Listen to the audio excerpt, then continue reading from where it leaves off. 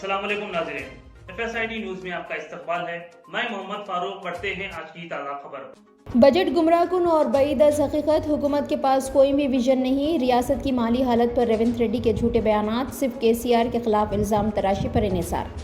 तेलंगाना कानून साज कौंसिल में BRS रुकन कविता ने रियासती हुकूमत के बजट पर सख्त तनकीद की और कहा कि कांग्रेस हुकूमत की पॉलिसियों में कोई विजन नहीं, ये बजट महज आवाम को गुमराह करने की एक कोशिश है। उन्होंने कहा कि वज़ीर आला रेवंत रेड्डी रियासत की माली हालत पर झूठे बयानात दे रहे हैं और सिर्फ साबिक़ वज़ीर आला के चंद्रशेखर राव को बदनाम करने में मसरूफ़ है।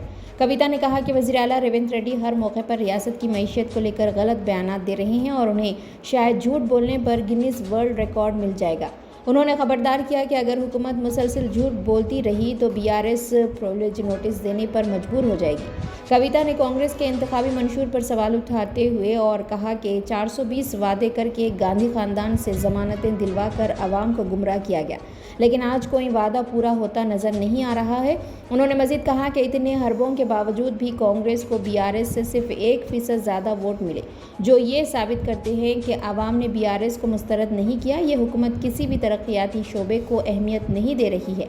BRS दौर में हर साल औसतन 43,000 करोड़ रुपए तरक्याती मनसूबों पर खर्च होते थे, जबकि कांग्रेस हुकूमत ने सिर्फ 33,000 करोड़ मुख्तस किए। वज़ीर आला दावा कर रही है कि हुकूमत के पास पैसे नहीं, जबकि BRS के दौर में हर माह 2,700 करोड़ खर्च होते थे और कांग्रेस हुकूमत सिर्फ 500 करोड़ भी खर्च नहीं कर पा रही है।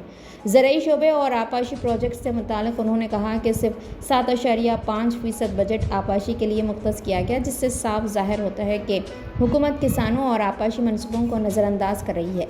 रुकन कौंसल कविता ने कहा कि कांग्रेस ने महज वोटों के हुसूल के लिए आइमा के एजाजिया को बढ़ाकर 12,000 रुपये और मौज़नीन के एजाजिया को बढ़ाकर 10,000 रुपये करने का वादा किया।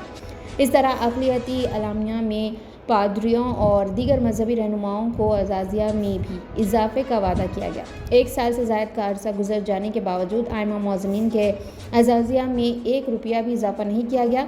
माहाना 5,000 रुपये एजाजिया भी पाबंदी के साथ जारी नहीं किया जा रहा है। पिछली मरतबा हमारी जानिब से कौंसिल में ज़िमन में आवाज़ उठाई गई थी, जिसके बाद हुकूमत ने सिर्फ 1-2 माह का एजाजिया फराहम किया गया। उन्होंने कहा कि शादी मुबारक स्कीम के तहत 1 तोला सोना देने का वादा किया, लेकिन ये वादा भी सिर्फ कागजी रहा। उन्होंने कहा कि इस मरतबा हुकूमत माइनॉरिटी बजट 4,000 करोड़ रुपये मुख्तस करना था, लेकिन ऐसा नहीं किया। अक़लियतों और नौजवानों के फलाही मनसूबे बजट में नज़र नहीं आए। ये बजट हकीकत से बईद है।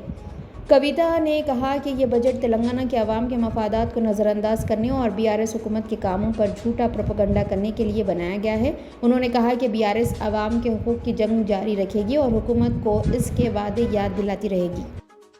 ఇక క్రిస్టియన్లు, ముస్లిమ్స్, అట్లానే మన సిక్కులు వీళ్ళందరికీ కూడా రకరకాల మాటలు ఇచ్చినారు అధ్యక్ష. ఏమన్నారు? ఇమాంలకు, మౌజన్లకు, గ్రంథీలకు అందరికీ కూడా, పాస్టర్లకు అందరికీ కూడా మేము 12,000 రూపాయలు ఇస్తామని చెప్పినారు. आज क्या हालत है साहब? 10-10 महीने से इमामों को, मौजनों को एक बार भी सैलरी मिल नहीं रहा है। हमने पिछले काउंसिल में पूछा तो 1-2-3 महीने का रिलीज़ करें, बाद में रिलीज़ करना भी छोड़ दिए। वो पुराना जो वजीफ़ा आता था वो भी नहीं दे रहे, बढ़ा के तो बिल्कुल भी नहीं दे रहे। और 1 तोला सोने का जेवर देने का वादा किया है लोगों से, उसके बारे में भी कुछ बोल नहीं रहे। बच्चों के तालीम के बारे में क्या बोले साहब? इंटरमीडिएट जो पास हो जाते उनके पास 15,000 देते, डिग्री जो पास हो जाते उनको 25,000 देते, PG जो पास कर लेते उनको 50,000 देते, कुछ भी नहीं दे रहे साहब। इस बार माइनॉरिटी का बजट 4,000 करोड़ देना था, पिछले बार 2,000 करोड़ दिए थे, उसमें 1,000 करोड़ ही उन्होंने खर्च किया था। तो अब का क्या होगा उसका भी पता नहीं है सर। अगर आप हमारा ये वीडियो YouTube पर देख रहे हैं तो सब्सक्राइब करना ना भूलें और बेल आइकन दबाएं। और अगर आप हमारा ये वीडियो Facebook पर देख रहे हैं तो पेज को लाइक करें और फॉलो करें।